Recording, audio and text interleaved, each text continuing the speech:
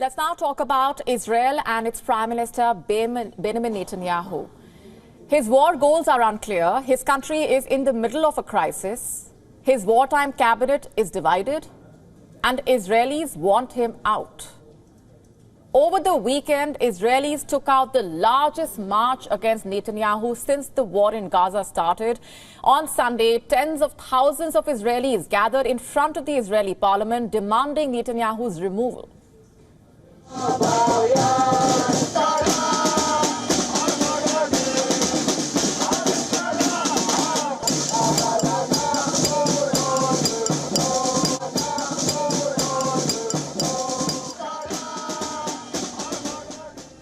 In fact, protests erupted across Israeli cities starting Sunday night. Families of Israeli hostages as well as their supporters joined the anti-government demonstrations to call for a ceasefire deal that could free the remaining hostages currently in Hamas captivity. But the protesters were faced with water cannons. Several of them were also detained by the police.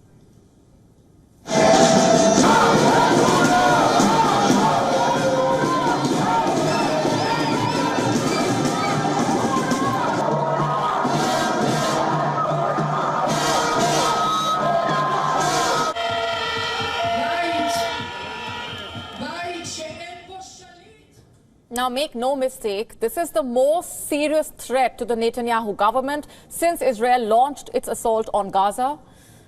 Israelis want Netanyahu out. Protesters, including families of those taken hostage by Hamas on the 7th of October, say that the government is not serious about rescuing them. In fact, they see Netanyahu as the problem, as the quote-unquote obstacle to a ceasefire deal.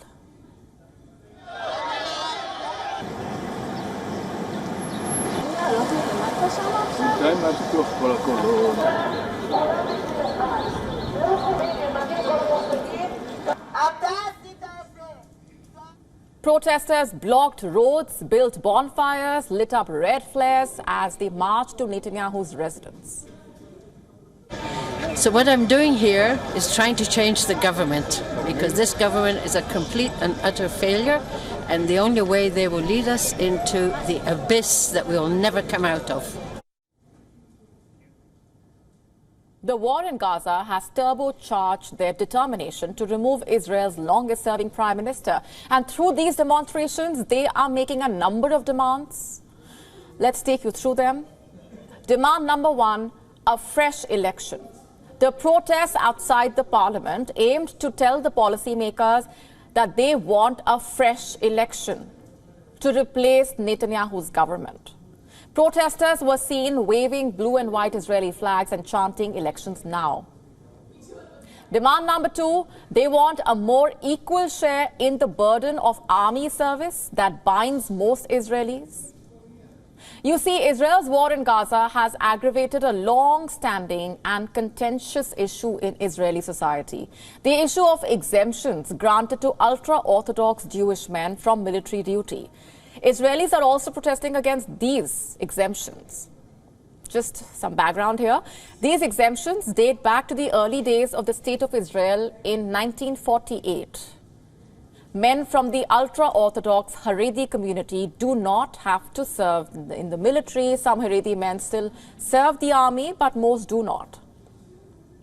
Still, secular Israelis feel that an exemption for them worsens the social divisions.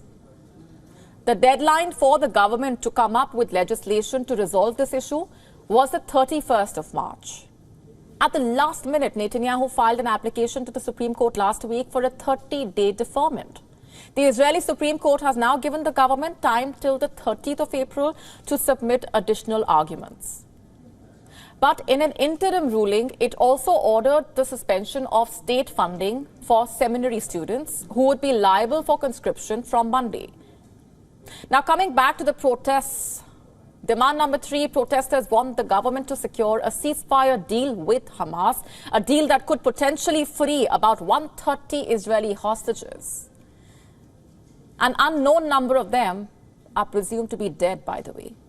And the big fear in Israel is that many more will die the longer this war drags on. While the protests were still on the streets, Netanyahu ruled out early elections and reiterated his determination to mount a new offensive in Rafah. Meanwhile, today, Israeli forces have withdrawn from the Al-Shifa hospital in Gaza City after a 2-week operation.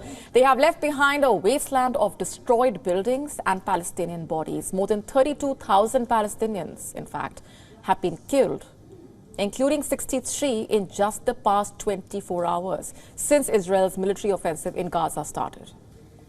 Moving on to the situation at the Shifa hospital, I believe that the terrorist takeover of Shifa and the subsequent special forces operation to clear the hospital of terrorists will be studied by future generations of military strategists at West Point and Sandhurst as the gold standard for urban warfare.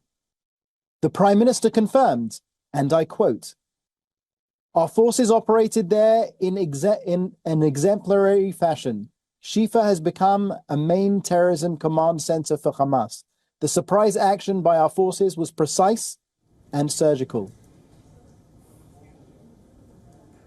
Did you hear that? That was the spokesperson for the Netanyahu government. He just described Israel's 2-week raid on the Gaza hospital as gold standard of warfare. Such is the level of confusion in Netanyahu's wartime government. They are doing a shoddy job at selling their narrative as well. Al-Shifa hospital, where so many Gazans have died, is in complete ruins after Israel's raid. That is the legacy of the Israel government. Nearly 6 months of the war have caused renewed divisions in Israeli society about how to respond to the ongoing hostage situation.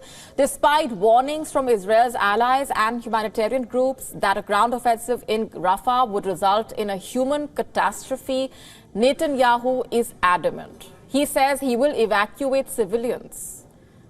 But about 1.5 million Palestinians, most of them displaced, are squeezed into the small part in Gaza. What is Netanyahu's plan is the question. How does he plan to evacuate 1 million plus people to a new habitat? Where exactly will he put up these displaced Palestinians? Does he think that when he moves the 1.5 million people from Rafah, only Hamas fighters will stay back for a fight? Does he really think that any of this sounds rational? Benjamin Netanyahu used to say that he was the only one who could keep his country safe. And many Israelis believed him. He said he could manage Palestinians and settle the Jews on occupied land. But all that changed when on the 7th of October 2023, Hamas stormed through the highly protected border wire, exposing the vulnerabilities in Israel's security. And for many Israelis, Netanyahu is responsible for the security lapses that allowed Hamas to attack with such devastating effect.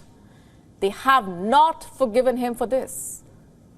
Unlike his security chiefs who have immediately issued statements admitting mistakes, Netanyahu has never admitted any responsibility. That infuriates the thousands of Israelis who took to the streets on Sunday evening.